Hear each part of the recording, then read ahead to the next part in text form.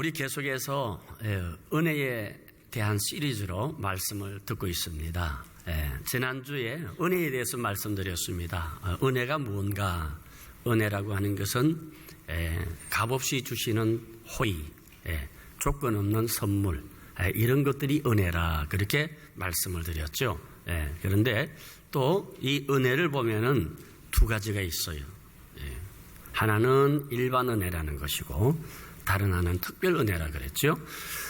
이 일반 은혜라고 하는 것은 모든 사람에게 구별하지 않고 베풀어 주시는 하나님의 선물이죠.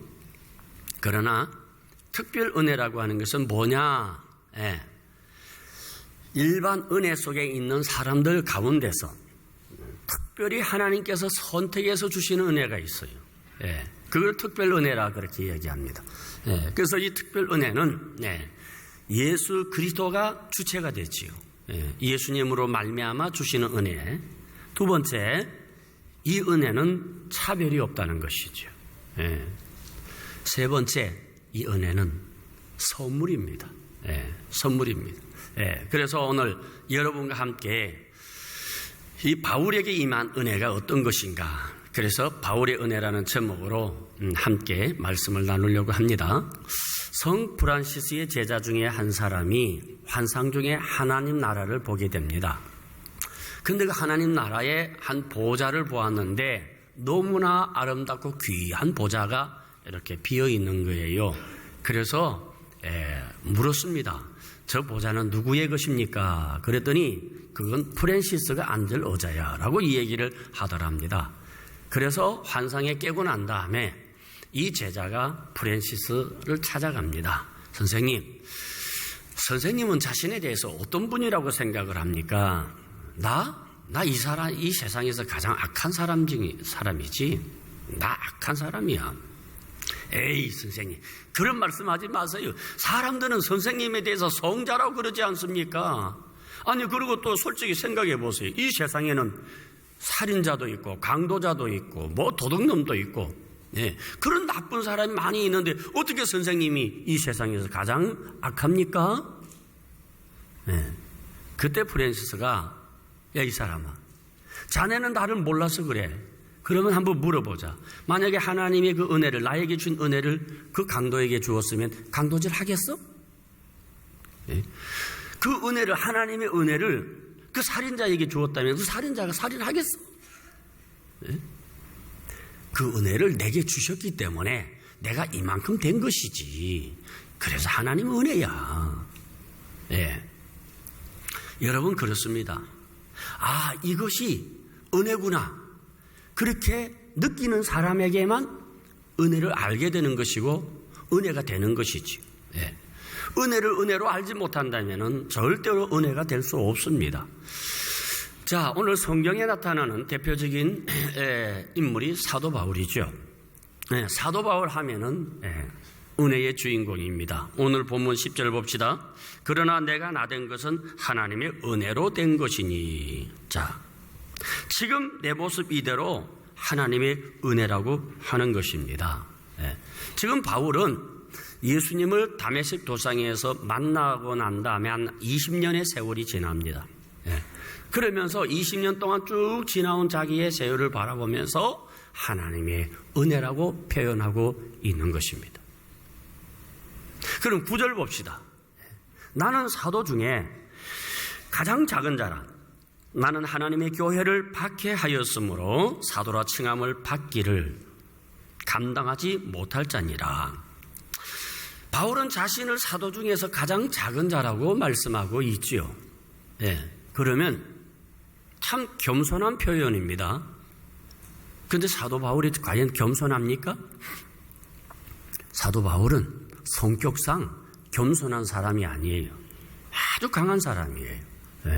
은혜 받고도 그 기질이 남아 있었어요. 자, 전도 여행을 하다가 마가 요한이 잠깐 함께 하다가 일탈을 했어요. 어떻게 했습니까? 그것으로 분쟁이 생겨서 마가 요한 거의 평생 안 봤어요. 마가 요한이 가고 싶어 해도 데리고 가지를 않았어요. 그걸 끝난 거예요. 나중에 이제 늙어서 마지막에 이제 마가 요한을 생각하는 것이 성경에 나옵니다. 예. 그러니까 이 바울이 성격이 그냥 담즙질 성격이죠. 네. 한번 아니라 하면은 끝까지 가는 사람. 네. 그런 기질이 있어요. 예. 그리고 바울은 박해자요 폭행자라고 그렇게 말씀하고 있어요. 예. 그러니까 이 바울이 보통 성격이 강한 사람이 아니에요. 그리고 또 보세요. 바울은 은혜 받기 전에 어떤 사람이에요? 자랑할 것이 많은 사람이에요. 다시 말하면 최고의 스펙을 가진 사람이에요. 보세요. 나면서부터 로마 시민권을 가진 사람이에요. 예. 유대인이면서 로마의 시민권을 가졌다? 귀족이 아니거나 거부가 아니면은 이거 얻을 수 없는 것이죠. 식민지 나라의 국민이 여러분 로마의 시민권을 갖는다? 예. 하늘의 별 따기처럼 어려운 거지.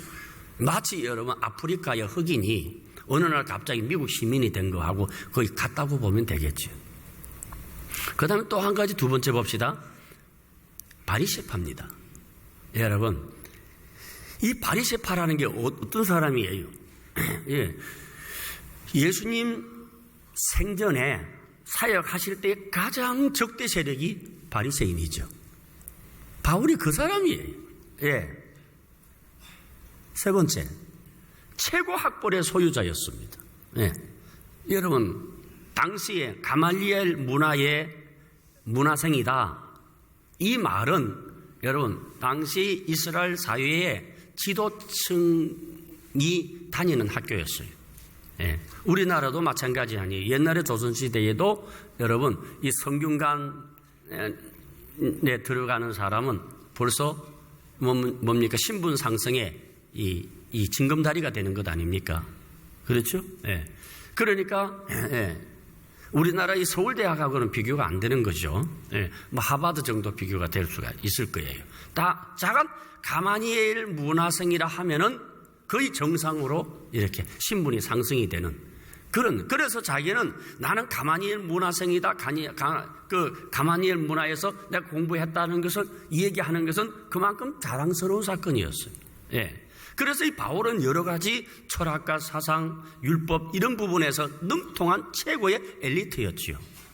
그 다음에 학자들에 의하면 사내들인 공회원이라고 말을 하기도 합니다. 왜냐하면은 기독교인들을 죽이는 권한을 가졌잖아요. 예, 그러니까 사람을 죽일 수 있는 권한은 아무에게나 주는 게 아니에요. 예, 그런 사내들인 공회라고 하면은 우리나라 국회와 같은 권한을 가진 그런 존재 아닙니까? 예. 그래서 이 바울은 이 공회에서 기독교 말살을 위한 특별 허가를 받은 그런 사람이었다 이 말이에요. 자, 보세요. 어떤 사람이에요? 네, 보통 인물이 아니죠. 그런데 그에게 하나님의 은혜가 임하는 거예요. 네.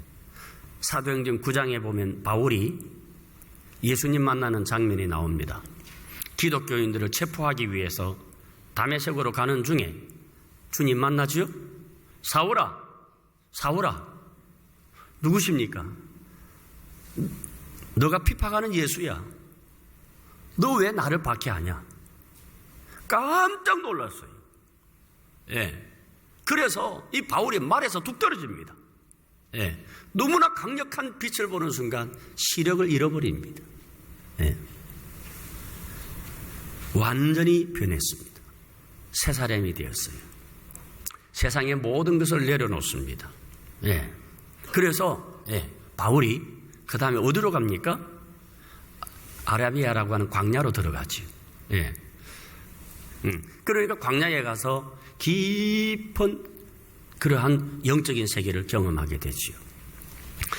그래서 빌립보 3장 8절에 보면은 또한 모든 것을 해로 여김은 내 주 그리스도 예수를 아는 지식이 가장 고상하기 때문이라. 내가 그를 위하여 모든 것을 잃어버리고 배설물로 여김은 그리스도를 얻고자 함이라. 예. 여러분, 이 바울이 세상의 것을 배설물로 여겼다.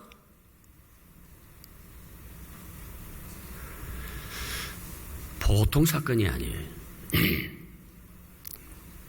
자기가 배설물로 여긴 것이 무엇입니까? 신분, 혈통, 권세, 율법. 네. 여기에 목숨을 걸었던 사람이에요. 배설물로 여겼다 이 말은 자기 생명을 내려놓았다 이 말이에요. 예. 왜 그렇게 했습니까? 그리스도를 믿는데 방해가 되기 때문입니다. 여러분 잘 들으시기 바랍니다. 세상 것을 예수보다 귀하게 여기면 여러분 신앙에 방해가 됩니다. 예수보다 재능이 있는 사람이 그것이 더 귀하다고 여기면은 그런 신앙생활에 방해됩니다. 예수 믿는데 건강을 더 귀하게 여겨보세요. 예수 믿는데 그 어떤 것을 더 귀하게 여깁니다. 신앙생활 안 됩니다. 신앙생활 하려고 하면은 여러분 내려놓아야 돼. 내려놓아야 돼. 여러분 예수보다 귀하게 여기면 못해요. 신앙생활 제대로 못하는 거예요. 그래서 이 바울이 그리스도를 얻기 위해서 세상의 모든 것들을 자랑할 수 있는 것들을 포기한 거예요. 네? 네. 그래 은혜를 받아서 다 삶이 달라졌어요. 그런데 그 바울의 마음을 아프게 하는 것이 있었어요. 뭡니까? 예수님 만나기 전에 있었던 삶, 교회를 핍박하고 박해했던 그 자신의 모습에 대해서 너무 괴로웠던 것이죠. 그래서 바울은 자기는 사도 중에 가장 작은 자다. 나는 만삭되지 못한 자다. 그래서 이 가장 작은 자라고 하는 성경 원어를 제가 찾아보니까 무가치한 자 이렇게 돼 있어요. 무가치하다. 무가치한 겁니다. 만삭되지 못하다. 여러분 덜 돼서 나오면 칠삭동이라 그러잖아. 그래서 7개월 만에 나온 것은 칠삭동이라 그러고 8개월 만에 나오면은 팔등신이라 팔삭동이라 그러고. 그러니까 자기를 똑똑치 못한 사람으로 이 얘기를 합니다. 그런데 정말 똑똑치 못할까요? 실제로 여러분 만삭되지 못한 자거나 여러분 사도 중에 가장 작은 자입니까? 아니에요. 이 땅에 살고 살아간 사람들 중에 바울처럼 위대한 사람은 없습니다. 120명의 사도가 12명의 사도가 있었고 70문도라는 예수님의 제자가 있었고 교회 창립할 때 출발된 120명의 다락방 성도가 있었지만은 그 누구도 바울처럼 특별한 인물이 없었어요. 다시 말씀드리면 기독교 2000년 역사 가운데 전무후무한 사람이 바울이었어요. 바울 같은 인물이 없었다 이 말이에요. 그런데도 불구하고 여러분 바울이 자기를 부족한 사람이라 여러분 이 정도면 자랑할 만하지 않습니까? 그런데 바울은 그렇게 말하지 않습니다. 작은 자라고 말하면서 여러분 자기를 낮추는 거예요. 그리고 바울은 자기의 과거나 현재 그리고 미래에 대한 모든 해석의 열쇠를 은혜로 이야기하는 거예요. 나의 나된 것은 은혜로다. 나의 나된 것은 은혜로다. 나의 나된 것은 은혜로다. 근데 여러분 우리는 어떻습니까? 우리는 여러분 은혜로 생각하는 것보다는 모든 것이 논리적 사고에 의해서 판단합니다. 여러분 우리나라에 1년 동안 여러분 자동차 사고가 얼마나 일어나는가 보니까요 23만 건이 일어났습니다. 그리고 204만 명이 병원 치료를 받았어요. 자동차 사고로 병원에 치료받은 사람들이 물론 부상, 경상, 중상 다 포함해가지고 200만 명이 넘어요. 1년에 4,600명이 죽었어요. 그러나 여러분, 이렇게 많은 사고가 나지만은 여러분, 그러한 것에 대해서 우리는 어떻게 생각하지요? 나는 운전을 잘하니까, 나는 경험이 있으니까, 내가 과속하지도 않고 음주운전하지도 않고 나는 정확하게 질서를 지키기 때문에 나는 사고가 없어라고 생각하는데, 얼마 전에 우리 교회 권사님 한 분이 교통사고 났어요. 음주운전 아니에요. 과속 아니에요. 무사고 20년이에요. 와서 받는 걸 어떡하라고. 예?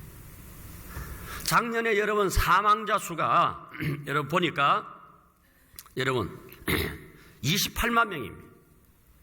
병원에서 수술한 사람만 170만 명입니다.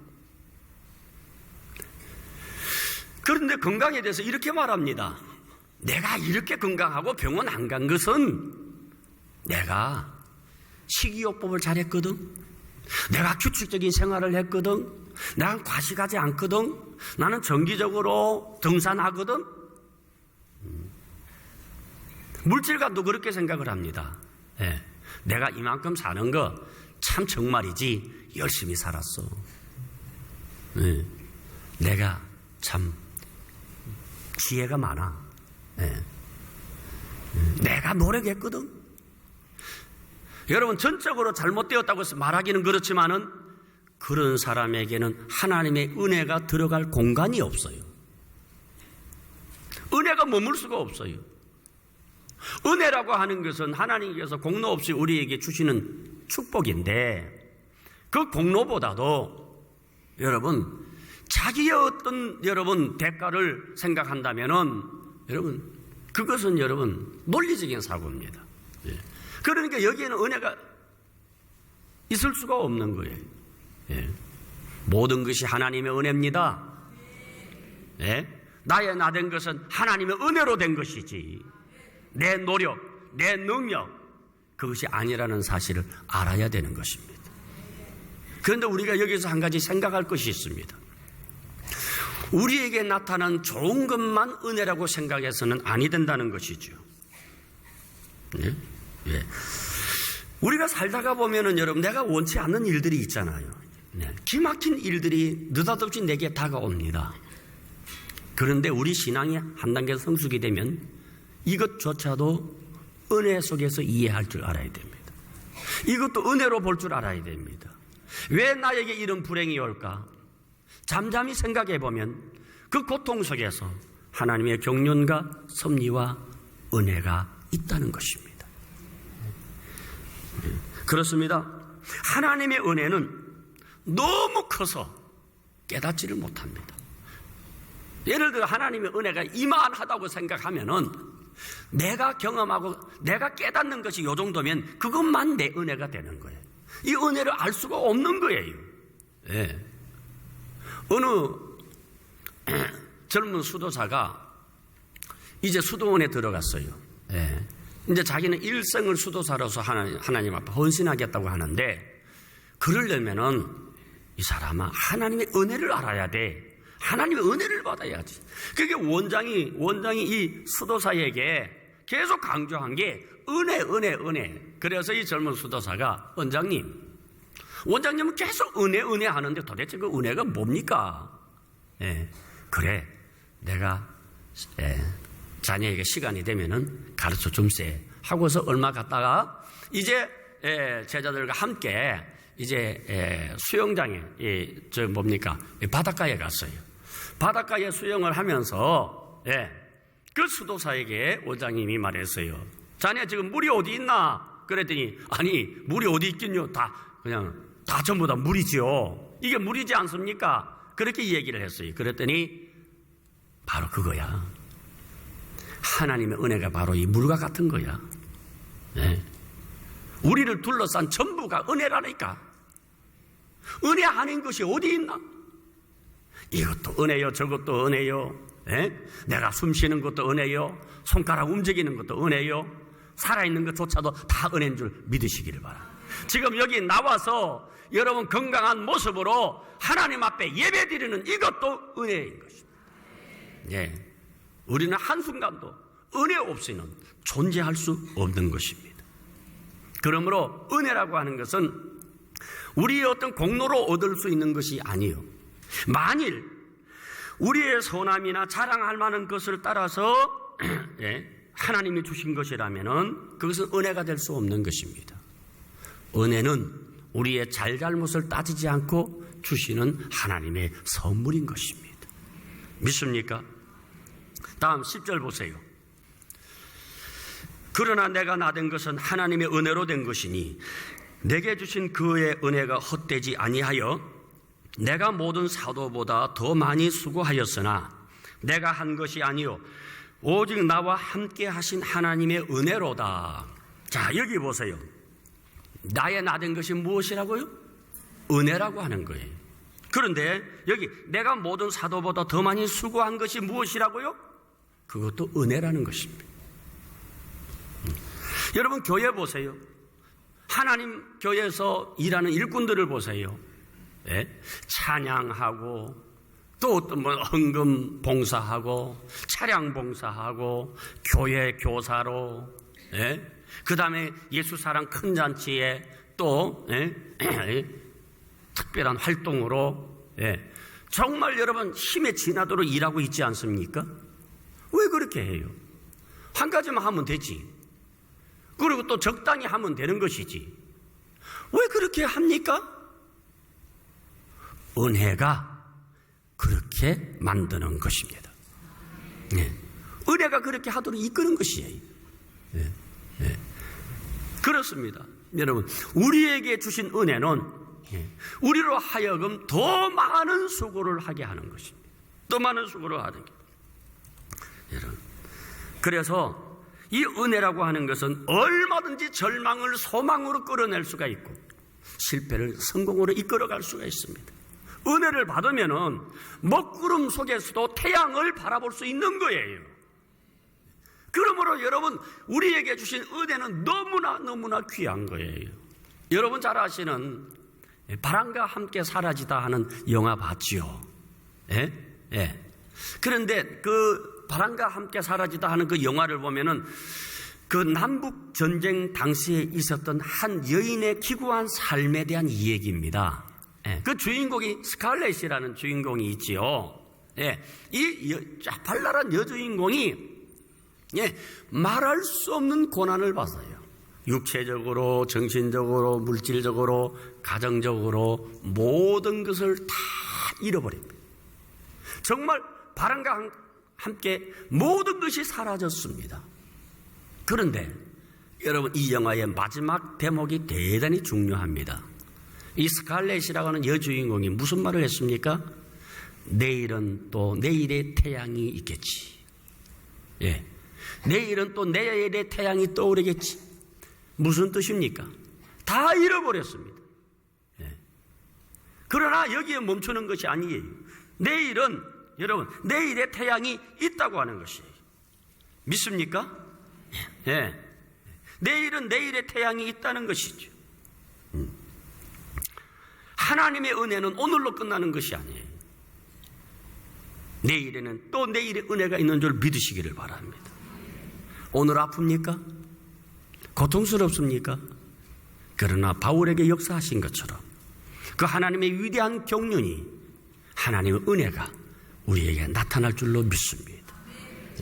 그래서 이 바울이 받은 이 은혜는 오늘 우리에게도 동일하게 적용되고 있다고 하는 사실입니다. 여러분, 모든 것이 하나님의 은혜예요. 우리가 조용히 우리 자신을, 감정을 이렇게 내려놓고 우리가 이렇게 시야를 바라보면은 지금까지 살아온 구구절절 사건 속에 하나님의 은혜가 개입되어 있지 않은 것이 없어요. 오늘 여러분 주보의 칼럼에 꼭 한번 읽어보세요. 두 팔 없는 기타 연주자, 여기 멜린데스의 생애에 대해서 잠깐 여러분 기고를 했습니다만은, 이분은 어머니가 임신 중에 약을 잘못 먹어가지고 태어날 때 팔이 없어요. 다리만 있어요. 그런데 이분이 발가락으로 기타를 배우기 시작한 거예요. 그래서 나중에 유명한 기타리스트가 됩니다. 그래서 교황 앞에서도 또 대통령 앞에서도 연주하는 아주 유명한 기타리스트가 된 거예요. 여러분, 우리가 이 세상에 살아가면서 나는 뭐가 없어, 나는 뭐가 없어, 그렇게 생각하지 말고 있는 것을 생각하면서 감사하시기를 바랍니다. 아멘이십니까? 하나님의 사람 눈 없어도 헬렌 켈러처럼 돼요. 여러분, 하나님의 사람은 다리가 없어도 닉 부이치치처럼 행복하게 살 수 있는 거예요. 그거 없으라는 말은 아니고 또 오해하지 말고 들으시기 바랍니다. 얼마든지 우리는 가치 있는 인생을 살아갈 수 있는데 예수 외에 그 무엇에 목숨을 걸고 그것 때문에 내가 있는 것처럼 생각하고 그것 때문에 내 가치가 상승되는 줄로 생각하는 그 생각이, 그 철학이, 그 정신적 가치가 잘못되었다는 것입니다. 여러분, 어디까지나 인간은 인간이에요. 하나님의 형상으로 존재된 것입니다. 거기에는 하나님의 은혜가 늘 깃들어 있습니다. 오늘 여러분들 가운데 내 현실을 바라보면서 불평했다면, 오늘 여러분들 가운데 없는 것을 가지고 하나님을 원망했다면, 그리고 이 사회를 바라보면서 잘못된 그러한 증오의 눈으로 이 세상을 바라보았다면 그것은 여러분 아닙니다. 그래서는 아니 되는 겁니다. 우리 하나님 은혜 속에서 여러분들이 발견하지 못한, 여러분들이 알고 있는 요만한 것 안에서 조금 넓혀보세요. 무한한 하나님의 은혜의 세계를 찾아 들어가시기를 바랍니다. 그러면 여러분들은 새로운 자신을 발견하게 될 것이고 새로운 태양이 뜨게 될 것입니다. 새로운 희망을 바라볼 수가 있는 줄 믿으시기를 바랍니다.